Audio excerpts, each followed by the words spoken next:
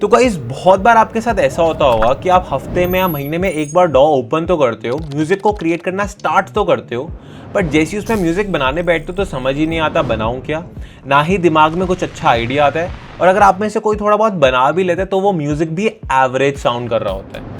और फिर आप जाते हो इंटरनेट पे, बेस्ट DAW ढूंढने की कोशिश करते हो, बेस्ट मिक्सिंग सॉफ्टवेयर ढूंढने की कोशिश करते हो और बेस्ट प्लगइन ढूंढने की कोशिश करते हो। जबकि रियलिटी चेक ये है कि वही सॉफ्टवेयर, वही टूल्स को यूज करके जो प्रोफेशनल म्यूजिक प्रोड्यूसर्स होते हैं वो ज्यादा अच्छा आउटपुट निकाल पाते हैं बहुत ही कम टाइम में, और यहीं पे आप स्ट्रगल करते रहते हो। अब ऐसा इसलिए होता है जब भी आप किसी भी नए स्किल को सीखना स्टार्ट करते हो ना, तो आपको कुछ हैबिट्स या अपनी आदतों को चेंज करना होता है। बट हम डॉग को तो इंस्टॉल कर लेते हैं, प्लगइन्स भी इंस्टॉल कर लेते हैं, बट हम कभी भी रिसर्च नहीं करते कि हमें क्या क्या नई नई हैबिट्स अपनानी चाहिए जिससे हम उस फील्ड के अंदर एक्सेल कर सकें। तो गाइस आज की वीडियो के अंदर मैं आपको अपनी बेस्ट हैबिट्स नहीं बताने वाला, क्योंकि वो मैं ऑलरेडी आपको बता चुका हूं। तो गाइस जिस प्रोड्यूसर को हम लेकर आने वाले हैं उनका नाम है हितेन, और आगे की वीडियो वो कंटिन्यू करेंगे और आपको स्टेप बाय स्टेप ये बताएंगे कि क्या हैबिट्स आपको अपनानी चाहिए और क्या क्या गलती से आपको बच के रहना है, नहीं तो आप म्यूजिक इंडस्ट्री के अंदर फेल हो सकते हो। सो गाइस मेरी फर्स्ट हैबिट जो मुझे यहाँ तक लेके आई है, एक अच्छी हैबिट, पर वो कभी मेरी बुरी आदत भी थी क्योंकि ऑब्वियसली यार मैंने भी जब शुरू किया था तो डाउट तो होते ही है। वो है DAW टूल्स पे फोकस करना, जो कि मुझे शायद 1 साल बाद रियलाइज़ हो गया था कि नहीं ये गलती है। तो जब मैं FL स्टूडियो शुरू करा तो मुझे किसी ने बोल दिया यार ये सॉफ्टवेयर ना बड़े लोग नहीं इस्तेमाल करते, ये प्रोफेशनल लोग नहीं इस्तेमाल करते, ये रीमिक्स वाले इस्तेमाल करते हैं, बच्चे इस्तेमाल करते हैं। तो आई वाज लाइक कि जैसे कोई डिमोटिवेट नहीं हो जाता, तो वैसा हो गया था। देन मैंने एबल्टन लाइव डाला ऑब्वियसली, क्योंकि वो ऑब्वियसली उसका क्रैक जल्दी मिल जाता था ना, और मेरे पास मैकबुक नहीं था, तो नहीं तो शायद लॉजिक प्रो डालता। तो एबल्टन डाला और मत्था मारा।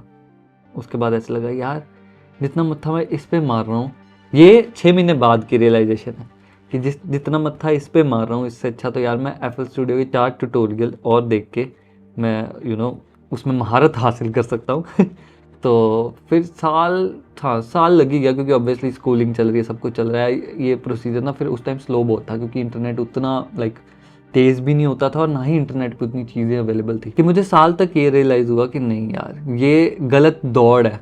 मैं एक बेसिक चप्पल डिसाइड करने के लिए कि मैं कैसे दौड़ूंगा, मैं एक चप्पल की कंपनी देख रहा हूँ, जबकि सब चप्पलें एक ही है भाई, उसको पैरों में डालना और भागना है। तो मैंने एक चप्पल अपनी डिसाइड कर ली जो कि हमारी सारी ज़िंदगी हमारे साथ रहने वाली है, वो है FL स्टूडियो। और फिर मैं भागता रहा हूँ और सबसे बड़ी चीज़, मैंने उसी की ही चीज़ों पे ज़्यादा मेहनत करी कि उसका लिमिटर क्या है, उसके लिमिटर की करैक्टरिस्टिक्स क्या है, रादर देन मैं वेव्स डालूँ, मैं उसके क्रैक्स ढूंढता और सब चीज़ें करता। उसका कोई फ़ायदा नहीं था। एक तो इंटरनेट इतना स्लो था, चीज़ें मिल भी नहीं रही थी, अगर मिल रही थी तो बहुत एरर्स और XYZ बहुत सारी चीज़ें थी, और इतना PC में स्पेस और ना ही इतना PC पावरफुल था कि उन सब चीज़ों को उठा पाता। सो इस वजह से भी शायद मुझे किस्मत ने डिफ़ॉल्ट प्लगइन की तरफ थोड़ा सा पुश कर दिया। बट एक चीज़ जो मुझे लगता है कि यही वो चीज़ है कि जिस वजह से शायद मेरी जर्नी में एक बेटर चीज़ होगी कि मेरे पास ऐसे सोर्सेज थे जो बेसिक पे ही अवेलेबल थे, कि अगर मान लो मेरे को कोई बोले कि भाई तुझे गाना बनाना है, या मैं न्यू लैपटॉप लिया, तो मेरे पास इंस्टॉल करते ही मेजर सारी चीज़ें अवेलेबल थी, जैसे EQ लिमिटर और ये सब कुछ सब अवेलेबल था मेरे टूल्स में जो मुझे चाहिए थे बाय बेसिक, कि जिससे मैं काम करके एक अच्छा गाना निकाल सकूं। और मैंने उन्हीं सब टूल्स पे इतना ज़्यादा अपने आप को पॉलिश करा और उसी पे ही इतना टाइम स्पेंड करा कि आज भी आप देख पा रहे हो कि मैं डिफ़ॉल्ट प्लगइन्स पे ही होता हूँ 70-80%। और यही शायद मेरी साउंड की यूनिकनेस है। बट अगर क्या वो आपकी यूनिकनेस बनेगी या नहीं बनेगी, या किसी और की यूनिकनेस बनेगी या नहीं बनेगी, ये डिपेंड करता है, क्योंकि उस सेम चीज़ में से चीज़ निकालना वो शायद मैंने 10 साल में सीखा। तो ये मेरी पहली हैबिट रही। तो बात करते हैं सेकंड हैबिट की। मैं उसे हैबिट नहीं बोलूँगा, मैं उसे एक क्वालिटी बोलूँगा जो तुम में भी है, मुझ में भी है और किसी और में भी होगी। और बेस्ट चीज़ उस क्वालिटी की पता क्या है? वो सब में अलग है। वो है हमारी लिमिटेशंस। हमारी लिमिटेशंस ही हमारी क्वालिटी है, वही हमारी एक्चुअल में यूनिकनेस है। इसे हम इस तरीके से समझ सकते हैं कि कछुआ स्लो है, वो उसकी लिमिटेशन है, बट शायद उसी स्लो के चक्कर में वो कछुआ है और वो काफ़ी सारी ऐसी चीज़ें कर पाता है जो एक तेज़ बंदा ना कर पाए। तो उसके स्लो होने के कारण उसकी प्रोसेसिंग ऐसी है कि उसे वक्त मिलता है एक चीज़ के तरफ जाने के लिए। हाँ, उसकी लिमिटेशंस भी है, ड्रॉबैक्स भी है, बट स्टिल उसे प्रोसेस करने के लिए एक टाइम मिलता है कि अगर उसने कोई चीज़ करनी है, उसने कुछ खाना है या जाना है, तो उसके पास एक लिमिटेशन है कि हाँ वो स्लो है, ठीक है। वो ही उसकी यूनिकनेस है कि कछुए की पहचान है कि वो स्लो है और लोगों को पता है कि वो स्लो है। वैसे ही हर बंदे की एक लिमिटेशन है। अब वो तुम्हारे लिए, तुम ये देखते हो कि वो तुम्हारा ड्रॉबैक बनाना है, ठीक है, या उसको तुम्हारी स्ट्रेंथ बनाना है, वो तुम पे है। जैसे हम एक एग्जांपल और ले सकते हैं, लाइक म्यूजिक प्रोडक्शन में, कि म्यूजिक प्रोडक्शन में आपको पियानो नहीं आता बट आपको समझ है, आपको कॉर्ड्स की समझ है, आपको थ्योरेटिकल नॉलेज है, आप मिडी ड्रॉ कर पा रहे हो। तो जो चीज़ आप हाथ से बजा नहीं सकते, आप जब उसे मिडी से बजाओगे, वो शायद एक हाथ से बजाने वाला जो बंदा बजा रहा है उससे बहुत अलग और शायद यूनिक साउंड क्रिएट करोगे। तो यहाँ पे आपकी लिमिटेशन आपकी यूनिकनेस बन जाती है। तो अब आपको ये देखना है कि आपकी लिमिटेशन आपकी यूनिकनेस कैसे बनती है। और यूनिकनेस पे अगर आगे और बोलूँ तो मेरे को बहुत लोग बोलते हैं कि भाई आपने ये कैसे किया, आपने वो कैसे किया, आप हमें सिखा दो, हमें सिखाने के लिए आप क्या क्या रिकमेंड करते हो। मैं उन्हें सबसे पहले ये चीज़ बोलता हूँ कि जहाँ तुम अड़ रहे हो ना, वहाँ मेरे पास आना, otherwise do your own research. अब इस पर मैं आपको एक नॉर्मल एक एग्जाम्पल देता हूँ। मैं और उत्कर्ष भाई ना बैठे हुए थे और हम ऐसे ही रैंडम जैम कर रहे हैं, कुछ नहीं है, हमने कुछ बनाया भी नहीं, कुछ नहीं कर रहा, बस ऐसे ही कई बार दो प्रोड्यूसर बैठे होते हैं और बोलते हैं भाई कुछ तो करते हैं, ठीक है। उसमें हम बीट बना रहे थे, जो कॉर्ड था, ठीक है, जब कॉर्ड प्रोग्रेशन बन गया और उसके बाद हमने जब बेस लाइन लगाई, मैंने जब उस पर बेस लाइन लगाई तो उत्कर्ष भाई बोल रहा है कि भाई आपने रूट नोट पे बेस लाइन नहीं लगाई, मैं होता तो मैं रूट नोट पे बेस लाइन लगाता।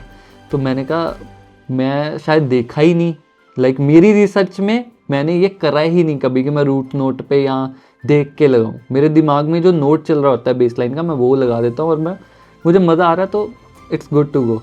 एंड उत्कर्ष भाई उस टाइम बोला कि भाई लग इसमें भी अच्छी ही रही है, ऐसा कुछ नहीं है कि मैं बोलूँ कि ये गलत लग रहा है। तो वो मेरी यूनिकनेस मेरी रिसर्च के कारण हुई है। हाँ, ऐसा नहीं है कि मैंने किसी से पूछा नहीं चीज़ों को, एक सडन पॉइंट पे जाके मैंने बहुत सी चीज़ें बहुत से लोगों से पूछी हैं, ठीक है, उनके थोड़ी चीज़ें, बट वो मेरी रिसर्च और मेरी चीज़ों के बीच में एडिशन थी। सो आई विल सजेस्ट कि पहले तुम अपनी रिसर्च करो, अपनी तरीके से उसे सीखो, उसके बाद आगे की चीज़ें पूछो या देखो जो और प्रोड्यूसर्स कर रहे हैं, तो उसमें तुम्हारी एक यूनिक साउंड क्रिएट होगी। और यूनिकनेस बहुत ज़रूरी है आज के टाइम पे। लास्ट और बेस्ट हैबिट, स्टिक मत करो। स्टिक मतलब कि आज तो मैं जी कॉम्पोजिशन पे ही काम करूँगा, नहीं, आज मैं गाना बनाने बैठा हूँ तो स्टिक मत करो कि मुझे बीट पैटर्न ये बनाना है, ठीक है, मैं यही बनाऊँगा। फंस जाओगे भाई, गाना नहीं बनेगा। जब गाना बनाने लगते हो, हाँ, दिमाग में कोई चीज़ है तो उसे निकालने की कोशिश करो, पर इतना निकालने की कोशिश मत करो कि तुम फ्रस्ट्रेशन लेवल पे आ जाओ और बोलो कि मैं नहीं कर रहा। समझ रहे हो? देयर इज़ नो प्रोसेस, ठीक है, there is literally no process. जब तुम गाना बना रहे हो, you can like start with chords, you can start with the melody, you can start with the composition, you can start with the drums, you can even start with the claps only, कि तुमने 4x4 में clap लगाई और उसके ऊपर cord डाली और गाना गाने लग गए। You never know, ठीक है। कई बार तुम गाना गा रहे होते हो और उससे अकॉर्डिंगली बीट पैटर्न बन जाता है, कई बार तुम बीट पैटर्न बनाते हो और उस अकॉर्डिंगली तुम गाने लग जाते हो, फिर तुम कॉर्ड लगाते हो, ठीक है। You never know कि तुम्हें क्या कब कैसे इंस्पायर कर दे। और हाँ, एक जो बेस्ट है, मैं प्रोसेस तो नहीं बोलूँगा या ऐसे कोई चीट कोड या वैसा नहीं बोलूँगा, जब भी गाना बनाओ make sure you make a loop, ठीक है। जब तुम राइटिंग कर रहे हो वो तो तुम लूप नहीं कर सकते, बट हाँ, राइटिंग लूप पे करी जा सकती है। Maybe it can be the chords, it can be the beat pattern, it can be the lead melody, कुछ भी हो सकता है। चाहे तुम नाना नाना कर दो, मेरे पास कितने अपने गाने पड़े होंगे या बादशाह भाई के गाने होंगे या लाइक मेरे पास कितने ही और जो सिंगर्स मेरे साथ काम कर रहे हैं, सिर्फ वो ऐसे है कि हमने बीट बनाई बैठ के और हमने उस पर सिर्फ ऐसे कर दिया ना ना ना ना ना ना, एंड हमारे पास वो पड़े हुए हैं। तो जब हमें समझ आता है कि इस पर कुछ हो सकता है, हम तब बना लेते हैं, नहीं तो कोई चक्कर नहीं, बीट तो बनी हुई है, ऊपर कॉम्पोजिशन हमने कर रखी है क्योंकि उस टाइम दिमाग में आ रही है। तो ऐसे भी चीज़ें वर्क करती है। स्टिक मत करो, पर नेवर स्टिक कि मुझे यही प्रोसीजर के साथ आगे जाना है।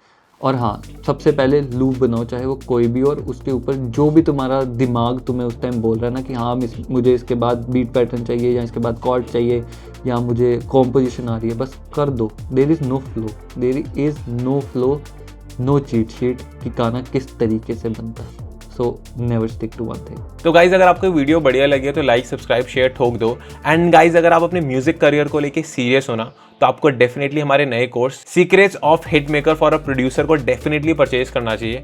और इनफैक्ट अगर आप एक सिंगर भी हो ना तो भी आपको इसमें इतनी सारी चीज़ें सीखने को मिलेगी ना कि आई एम 100% श्योर आप रिग्रेट नहीं करोगे और बाद में हमें थैंक यू मेल ज़रूर लिखोगे।